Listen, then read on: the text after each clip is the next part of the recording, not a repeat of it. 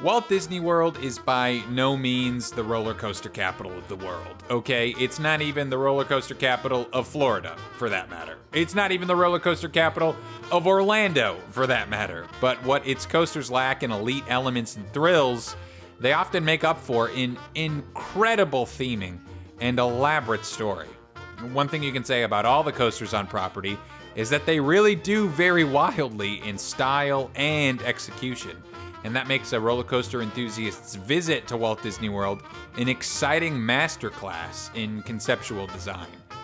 That being said, some coasters at the resort certainly are a lot better than others.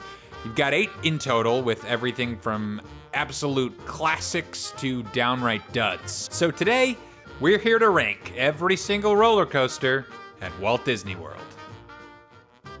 Coming in at the number 8 spot, the shameful bottom of the barrel, is Primeval Whirl, located at Disney's Animal Kingdom in the Dino Land, USA area. And this is a reverse-on spinning wild mouse, and I'll be honest, it's actually insane to me that this ride is inside a Disney park. And let me explain that.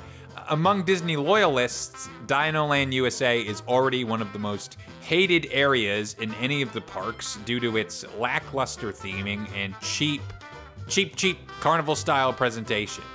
Disney Imagineers do have this fun backstory that plays into the whole time travel, dinosaur, rival, scientist vibes thing, but that doesn't excuse the fact that this area was so obviously built to save money on the construction of this park, and that's just not speculation, that's a fact.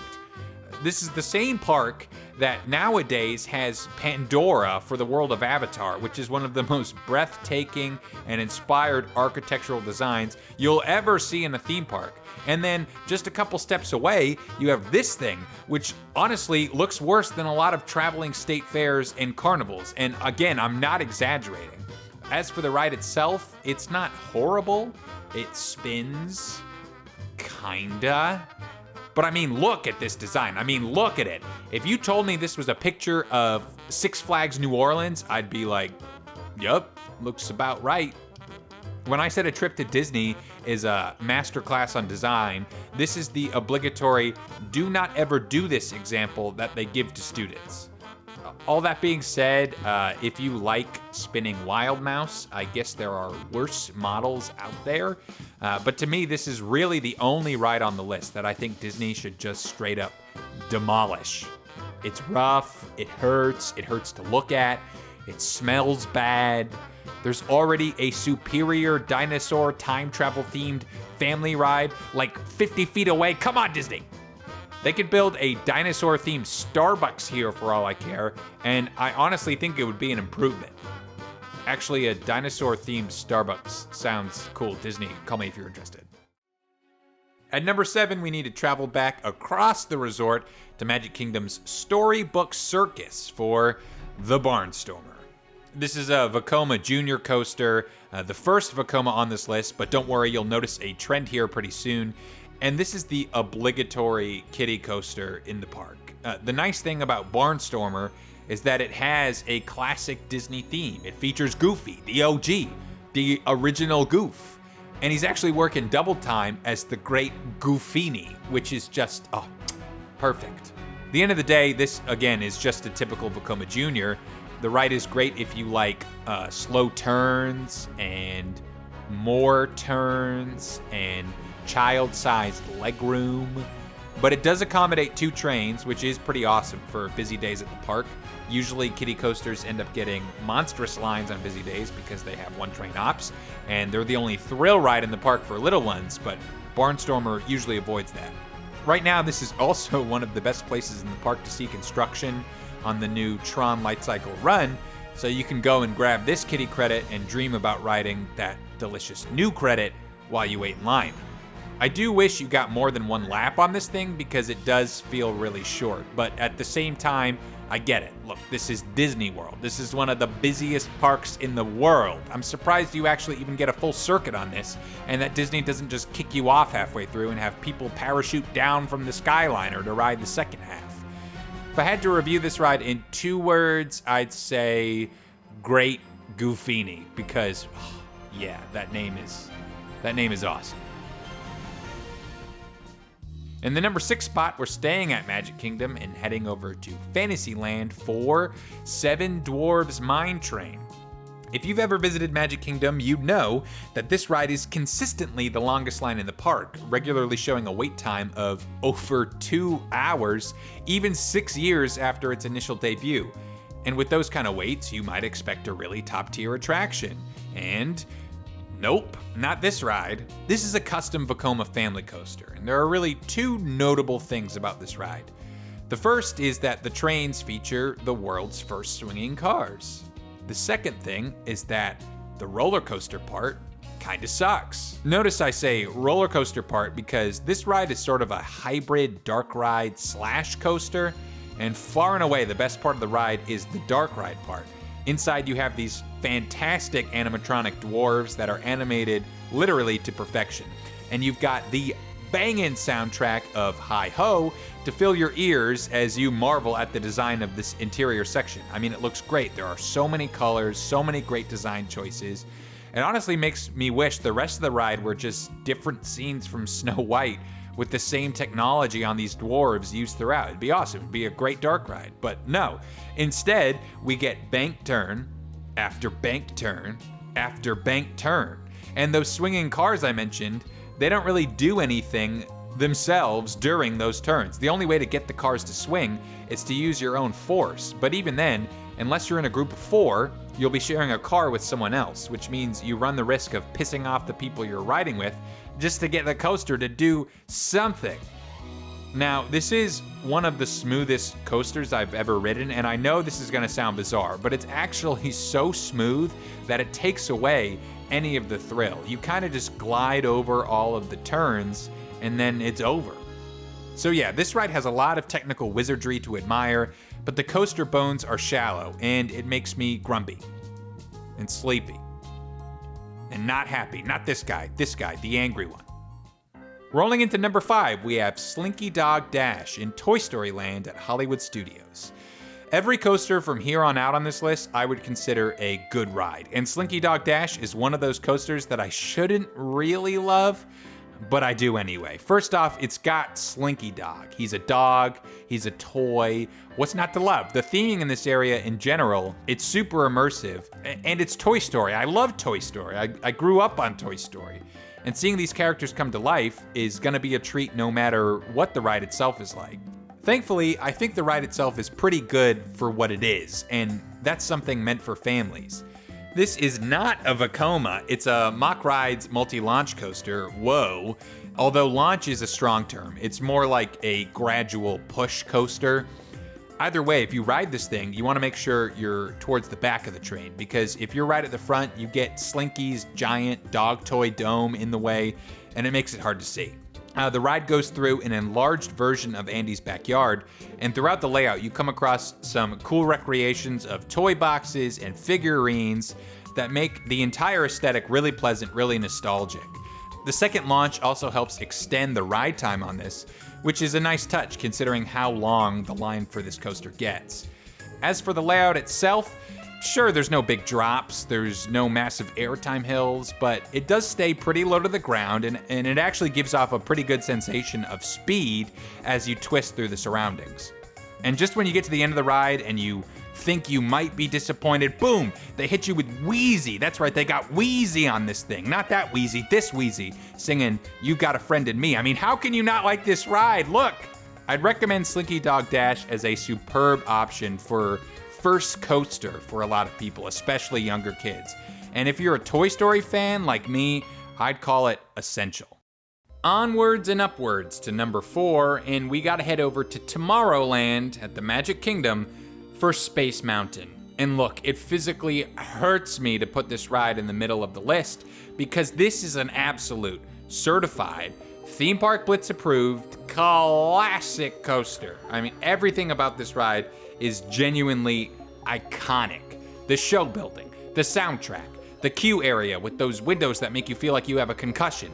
Even the exit to this coaster is landmark status with the escalator that leads you up past all those future community models and into the gift shop. This is a wet bobsled made in partnership with Arrow Development, another trend for Disney coasters. And this version of the ride at Walt Disney World is the original. Fun fact, Space Mountain is the oldest operating coaster in the state of Florida, and yeah, it kinda shows.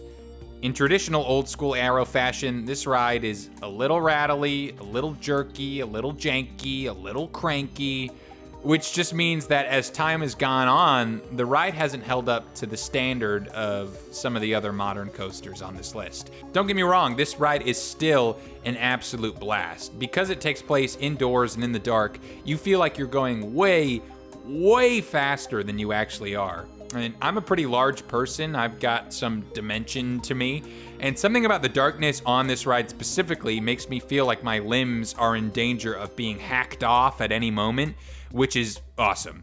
It's a thrill. There's something to be said about the atmosphere on Space Mountain that I don't really think has an equivalent out there, even in other indoor coasters, other than the other Space Mountains, of course. It's a celebrity in the coaster world, and that's why I can't help but have an eternal love for Walt Disney World's version of this ride. Okay, we're getting into the really elite crowd here, and at number 3, we're staying in the Magic Kingdom and strolling over to Frontierland for Big Thunder Mountain Railroad. This is another project involving Arrow Development, and man, is this ride just plain fun. For me, Big Thunder Mountain is the quintessential runaway mine train experience. Detailed rockwork, check. Random Western-themed scenery, check. Multiple lift hills, check. Add in some really unique effects with the lava scenes, smoke machines, and this is a ride that delivers on all fronts. There's a really cool backstory for the ride too, and it's told subtly throughout the queue to turn what again can be a pretty long wait time into an opportunity to get immersed into the world of this coaster. It's also a pretty long ride experience, certainly helped a lot by those 3 chain lifts, and I never get off feeling dissatisfied. Last time I was at the Magic Kingdom, I marathoned this ride during Happily Ever After, the nighttime fireworks show, and if you time it just right, you get this incredible view of the fireworks while you're weaving in and out of all of these rock sculptures, and oh, it's just so good.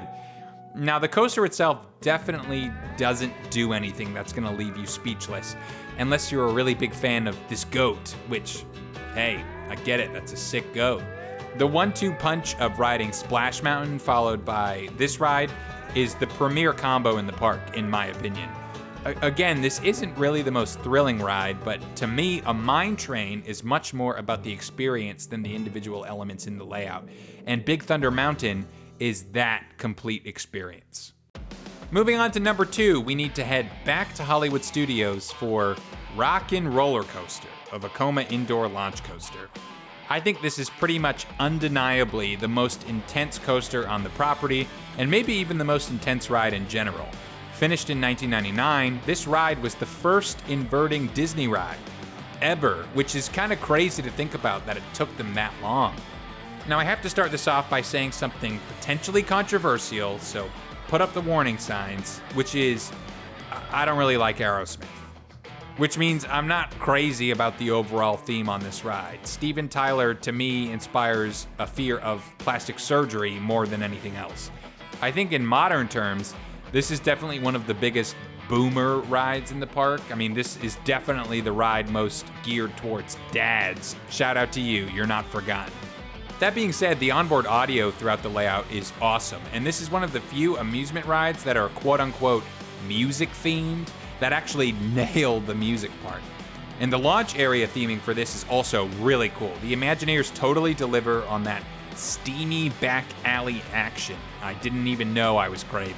Even though the launch is nowhere near as powerful as some of the other major launch coasters out there, especially today, we're talking 57 miles per hour in 2.8 seconds on this, the fact that it's indoors definitely gives you a remarkable sensation of speed. I really do wonder how long it will take for Disney to re-theme this ride into something else. Either something not musical or maybe even a different band. Would like Tame Impala's Rockin' Roller Coaster work? Or maybe Travis Scott's Astro World The Ride? You have to think eventually that this theme will change, just due to changing trends, but as it currently stands, for genuine coaster thrill seekers, Rock and Roller Coaster is unmatched in its layout and forcefulness, which lands it at the number 2 spot. Okay, now for the moment you've all been waiting for. We have to go full circle back to Animal Kingdom, all the way to the back of the park for my number 1 coaster at Walt Disney World, Expedition Everest. This custom, you'll never guess, Vekoma coaster, built in 2006, was at the time the most expensive roller coaster ever built at a price tag of $100 million. And it held that title all the way until Hagrid's was built at Universal 13 years later. Where did all that money go? Theming. This thing is themed like no other coaster in the world, and I include Hagrid's in that statement because what Disney Imagineers are able to do with original concepts, brand new ideas, it's just really inspiring to see these projects come to life and create history out of nothing. All throughout the queue of this ride, you get little bits and pieces of story, building and building anticipation for the ride you're about to experience.